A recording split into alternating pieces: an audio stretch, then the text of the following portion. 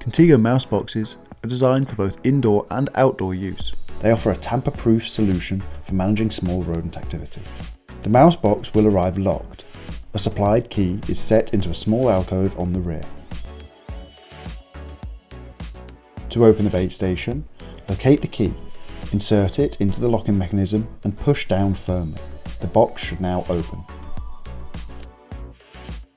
Inside the box, you'll see a run which acts to funnel rodents towards the separate bait chambers used for the placement of baits and poisons.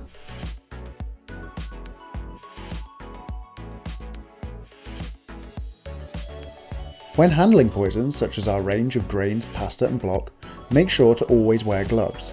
Also, keep away from food prep surfaces, children and pets. Place your bait of choice inside one of the bait chambers. Close the box and press down firmly, making sure it is securely locked. When placing your bait station, search for signs of rodent activity. Be sure to place the run close to a wall or structure, as rodents will stay close to these.